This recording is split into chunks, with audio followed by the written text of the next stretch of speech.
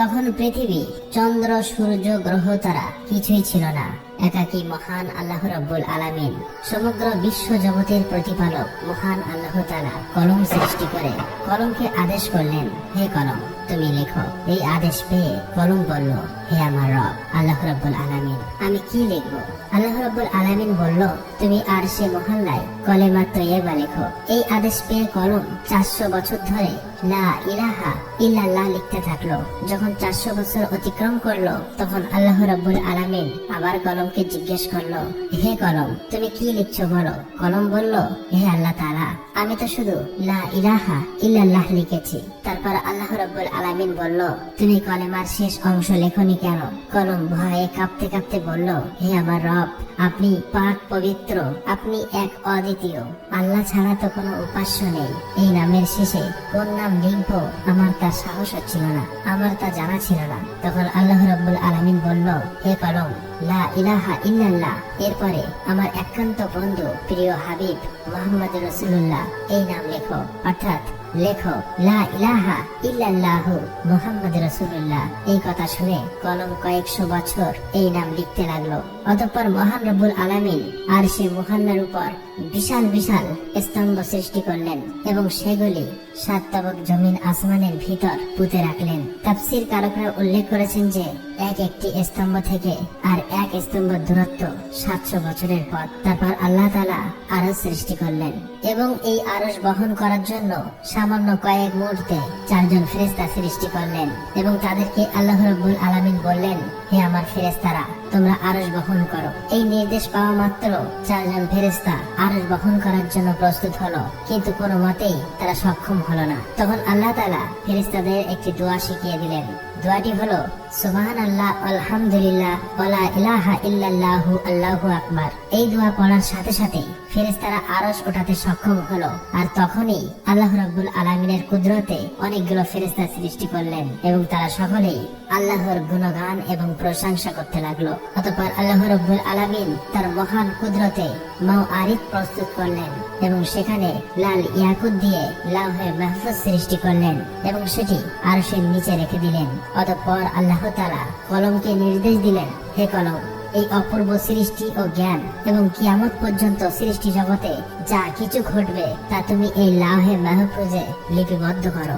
মহান আল্লাহর এই নির্দেশ পেয়ে কলম বিসমিল্লাহির রহমানির রহিম লিখে শুরু করলেন। একমাত্র আল্লাহ এই সৃষ্টি জগতের স্রষ্টা, আল্লাহ ছাড়া কোনো উপাস্য নাই, তিনি এক ও অদ্বিতীয়। তারপর আল্লাহ রাব্বুল আলামিন কলমকে আবার নির্দেশ দিলেন, হে কলম, আদি মানব থেকে 1,24,000 পয়গম্বরের সমস্ত তথ্য লাওহে মাহফুজে লিপিবদ্ধ করো। অতএব কলম এই আদেশ পেয়ে সমস্ত সৃষ্টি জগতের সবকিছুই লিপিবদ্ধ করলো। অতঃপর মহান আল্লাহ তাআলা ইয়াকুতের দিকে দৃষ্টিপাত করতেই ইয়াকুত একেবারে ভয়ে বিগলিত হয়ে পানিতে পরিণত হলো এবং আল্লাহর অসীম কুদরতে হাওয়া সৃষ্টি হলো। মহান রব্বুল আলামিন তাদের উত্তর, দক্ষিণ, পূর্ব, পশ্চিম দিকে পাঠিয়ে দিয়ে বললেন, তোমরা দ্রুত বেগে প্রবাহিত হয়ে পানিতে তরঙ্গ তুলে ফেনা সৃষ্টি করো। সাথে সাথে আল্লাহর নির্দেশ পালন করলো। অতএব পানির উপরে ফেনা জমে এই ফেনা সমূহের পরস্পরের সংঘর্ষের ফলে আল্লাহর হুকুমে আগুন সৃষ্টি হলো। কিছুক্ষণের মধ্যেই ওই আগুন থেকে ধোঁয়া নির্গত হলো। অতঃপর আল্লাহ তাআলার কুরসি পানির মধ্যখানে বিরাজ করতে লাগলো।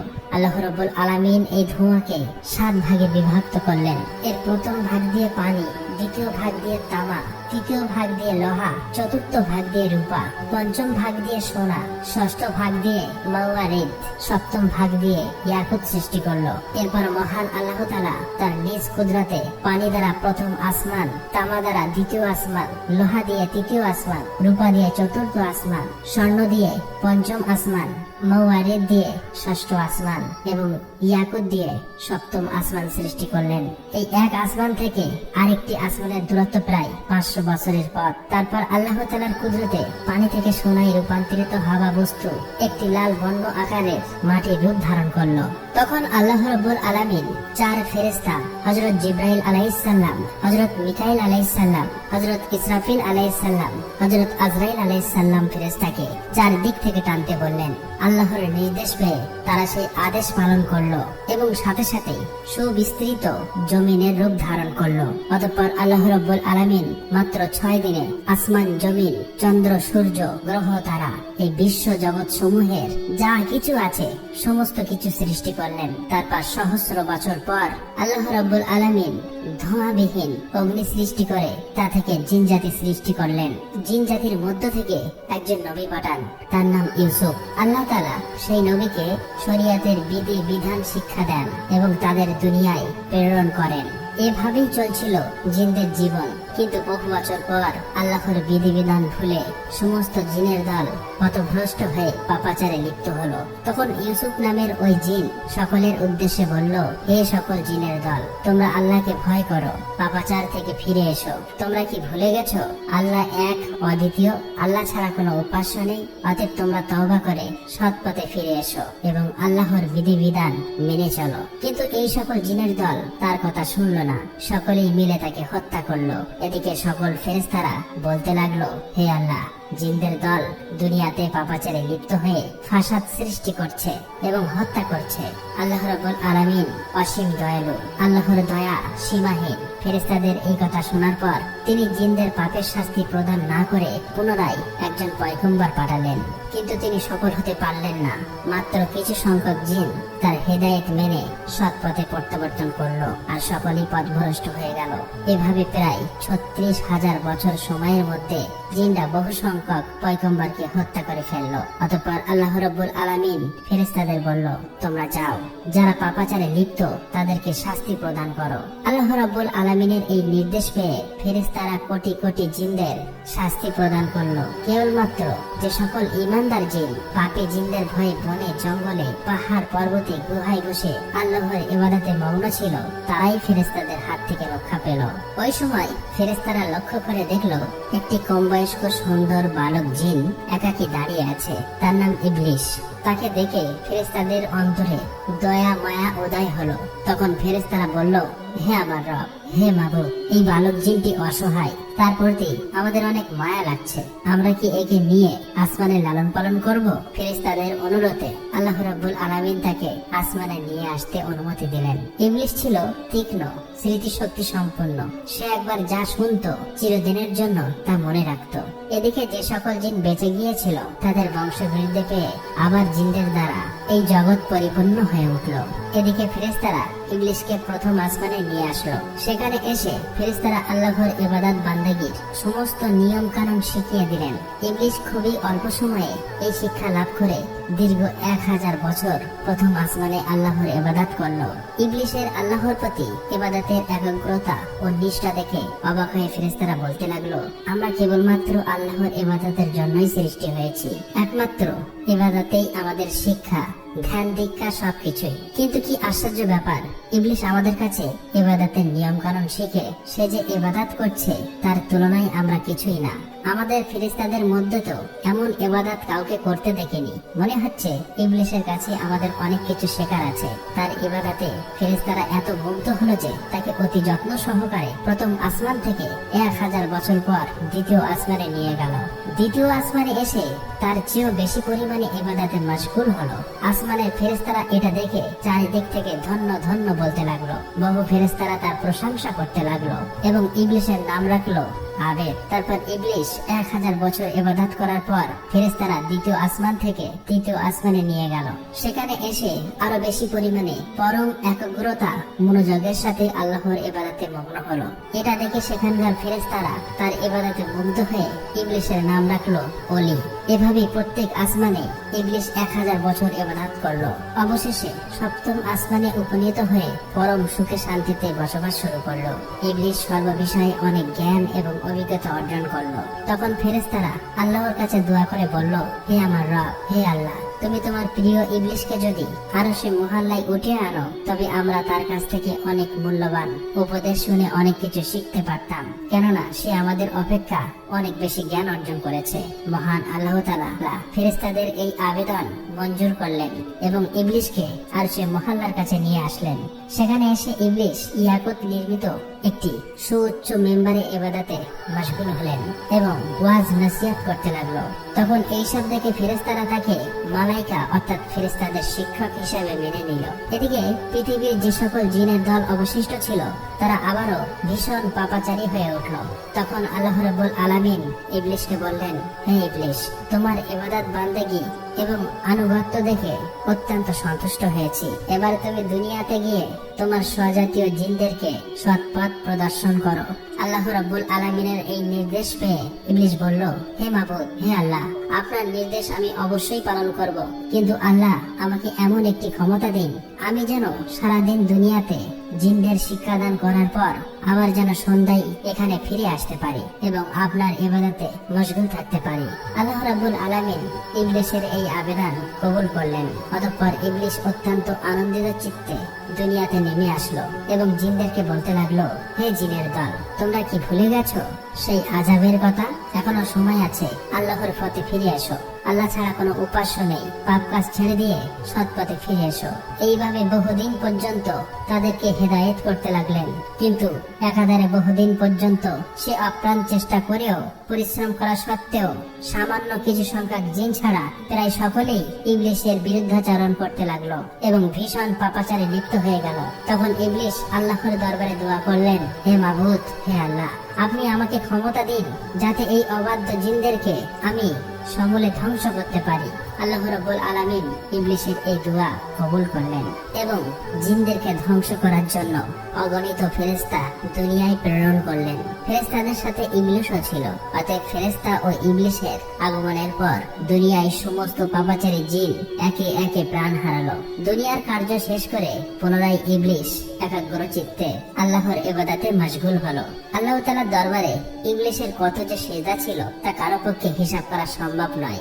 আসমান, জমিন ও আরশে মুহাল্লার নিকটে এমন কোনো জায়গা ছিল না যেখানে ইবলিশ অসংখ্য সেজদা দেয়নি। অতঃপর ইবলিশ আল্লাহ রাব্বুল আলামিনের কাছে দোয়া করলেন, হে আমার রব, হে আল্লাহ, তোমার অসীম অনুগ্রহে আমি অতি সামান্য স্তর থেকে সসম্মানে অতি উচ্চ স্তরে পৌঁছেছি। তোমার অসীম অনুগ্রহে আমি তোমার নৈকট্য লাভ করতে পেরেছি। এখন আমার মনের একান্ত বাসনা হলো তোমার পবিত্র লাউহে মাহফুজ যদি একবার দর্শন করাতেন, আল্লাহ গো, জীবন ধন্য সার্থক হয়ে যেত। তুমি দয়া করে অনুগ্রহ করে আমার এই আকাঙ্ক্ষা পূর্ণ করো। মিকাইল ফেরেশতা এই নির্দেশ পাওয়ার সাথে সাথে ইবলিশকে নিয়ে লাউহে মাহফুজের নিকট নিয়ে গেল। ইবলিশ আল্লাহর অপূর্ব সৃষ্টি লাউহে মাহফুজের দিকে এক দৃষ্টিতে চেয়ে দোয়া পাঠ করতে লাগলো। হঠাৎ এক স্থানে চোখ পড়লো আর সেখানে লেখা আছে, আল্লাহর এক বান্দা 6 লক্ষ বছর পর্যন্ত আল্লাহর ইবাদত করবে, কিন্তু মহান আল্লাহর একটি আদেশ অমান্য করায় সে জান্নাত থেকে বিতাড়িত হবে, আর ওই বান্দা আসমান ও জমিনের মালায়ন বা অভিশপ্ত নামে পরিচিত হবে। এটা দেখার পর ইবলিশ কেঁদে ফেললো এবং সেজদায় লুটিয়ে পড়লো। তাফসীরকারকদের মতে ইবলিশ এই সেজদা 6000 বছর অতিবাহিত করেছিল। 6000 বছর পর ইবলিশ মাথা তুলে দেখতে পেল তার সিজদার জায়গায় লিখিত রয়েছে, লাআনাতুল্লাহি আলা ইবলিশ, ইবলিশের উপরে আল্লাহর অভিশাপ বর্ষিত হোক। এটা দেখে ইবলিশ আল্লাহর কাছে দোয়া করলো, হে আমার রব, এই ইবলিশকে আমি তাকে যথাযথ শিক্ষা দান করি। তার জবাবে মহান আল্লাহ তাআলা বললেন, অচিরেই তুমি তাকে দেখতে পাবে। এই কথা শুনে ইবলিশ সেখানে দাঁড়িয়ে 1000 বছর পর্যন্ত পাঠ করলো, লাআনাতুল্লাহি আলা ইবলিশ, অর্থাৎ ইবলিশের উপর আল্লাহর লানত বর্ষিত হোক। এখানে উল্লেখ করা প্রয়োজন, তখন ইবলিশ এই নামে পরিচিত হয়নি। এরপর আল্লাহ রাব্বুল আলামিন ইবলিশকে বললেন, হে ইবলিশ, বলতো যে বান্দা আমার অশেষ অনুগ্রহ লাভ করার পরেও আমার হুকুম অমান্য করবে তার কেমন শাস্তি হওয়া উচিত? জবাবে ইবলিশ বলল, হে আমার রব, মহান আল্লাহ রাব্বুল আলামিন এমন অকৃতজ্ঞ ব্যক্তির কঠিন শাস্তি এবং অভিশাপ বর্ষিত হওয়া উচিত। তখন আল্লাহ রাব্বুল আলামিন বললেন, তোমার এই কথাটা এক টুকরো তকতিতে লিখে তোমার কাছেই রেখে দাও, পরে তা কাজে আসতে পারে। অতঃপর এই ঘটনার বেশ কিছুদিন পর হঠাৎ একদিন ইবলিশ মনে মনে ভাবতে লাগলো, এখন ফেরেশতাদের জগতে, জিনের জগতে এমন কোন ফেরেশতা ও জিন নেই যে আমার চেয়ে বেশি শিক্ষা লাভ করেছে। এখন ফেরেশতাদের থেকে আমার প্রভাব অতুলনীয়। আমার প্রভাব, প্রতিপত্তি ও ক্ষমতার সাথে মোকাবিলা করার মতো আর কেউ নেই। আমার মনে হয় মহান আল্লাহ রাব্বুল আলামিন সৃষ্টি জগতের পরিচালনার দায়িত্ব একমাত্র আমাকেই দিতে পারে।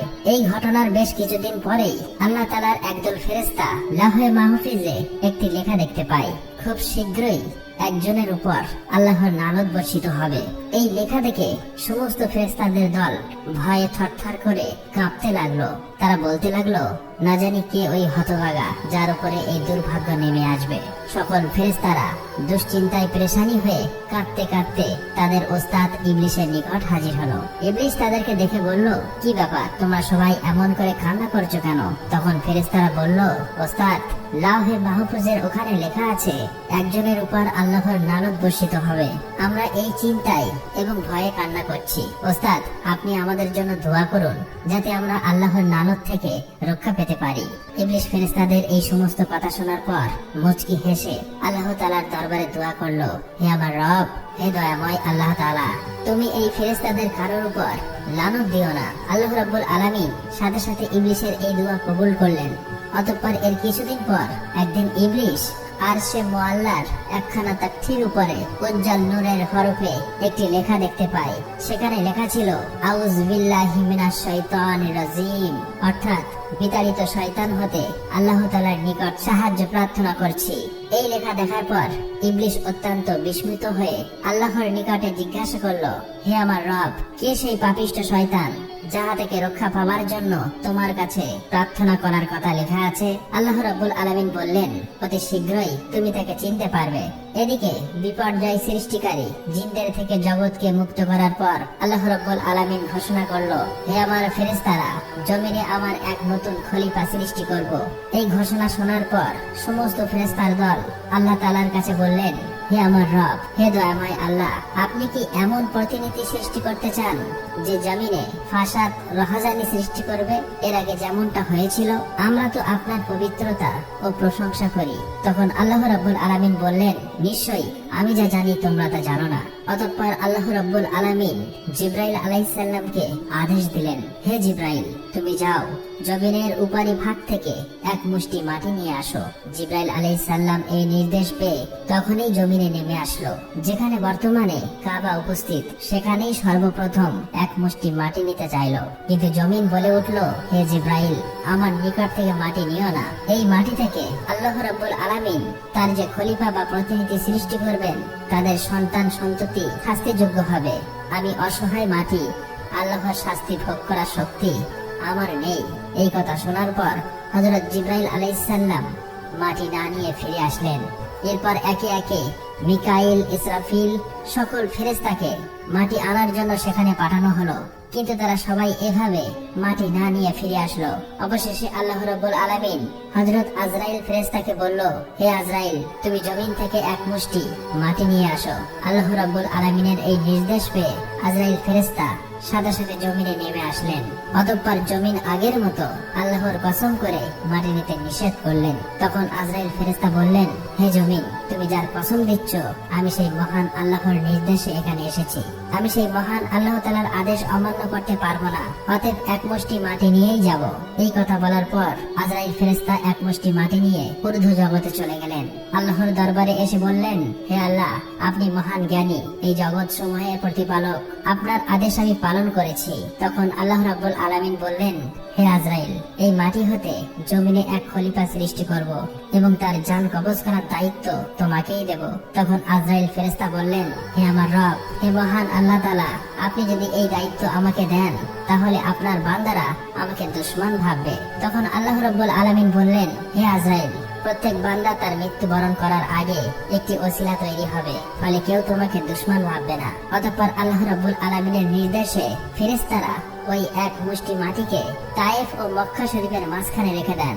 তখন আল্লাহর রহমতের বৃষ্টি তার উপর বর্ষিত হয়। এভাবে 2 বছর সেই মাটি বৃষ্টিতে ভিজে কাদায় পরিণত হলো।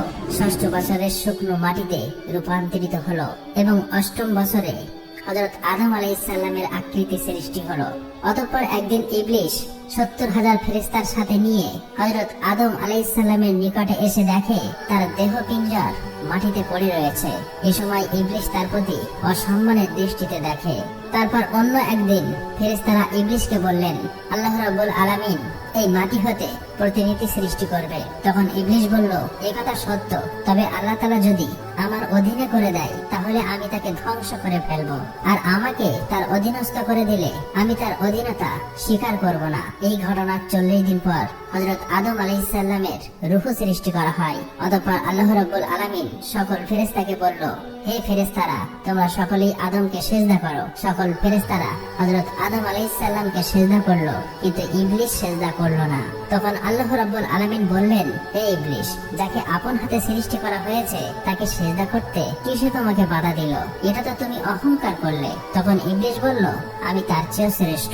হে আল্লাহ, আপনি আমাকে আগুন দিয়ে সৃষ্টি করেছেন আর তাকে মাটি দিয়ে সৃষ্টি করেছেন।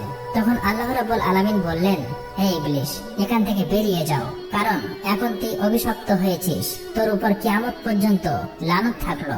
তখন ইবলিস শয়তান বলল, হে আল্লাহ, এই আদমের জন্যই আমি আপনার দরবার থেকে বিতাড়িত অভিশপ্ত হয়েছি, এটা আমার দুর্ভাগ্য।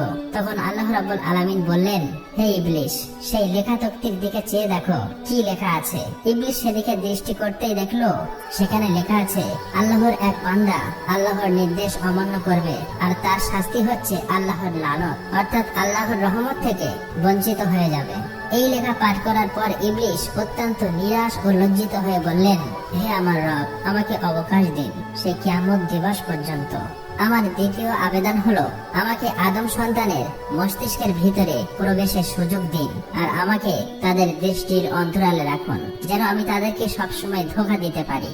আপনার ইজ্জতের কসম, আমি তাদের সবাইকে পথভ্রষ্ট করব। তখন আল্লাহ রাব্বুল আলামিন বললেন, তোকে এবং তোর অনুসারীদের দিয়ে জাহান্নাম ভর্তি করব, তবে তাদেরকে নয় যারা ঈমানদার আল্লাহওয়ালা, যারা আল্লাহর পথে থাকবে। অতঃপর আল্লাহ রাব্বুল আলামিন ফেরেশতাদেরকে হুকুম করলেন, তোমরা হযরত আদম আলাইহিসসালামকে জান্নাতুল ফেরদাউসে নিয়ে যাও। ফেরেশতারা এই হুকুম পাওয়ার সাথে সাথেই হযরত আদম আলাইহিসসালামকে জান্নাতুল ফেরদাউসে আনলেন এবং আল্লাহ তাআলা সকল নিয়ামত দান করলেন। প্রিয় দর্শক, আপনারা যদি চান এর পরের পাঠ, তাহলে অবশ্যই আপনাদের মন্তব্য লিখে জানাতে ভুলবেন না। আর আমরা সকলেই যেন শয়তানের ধোঁকা থেকে বেঁচে থাকি, অর্থাৎ আমরা সকলেই যেন অসৎ এবং খারাপ পথ বর্জন করে আল্লাহর দেখানো পথেই চলতে পারি। আল্লাহ রাব্বুল আলামিন আমাদের সকলকে এই তৌফিক দান করুক, আমিন। আসসালামু আলাইকুম।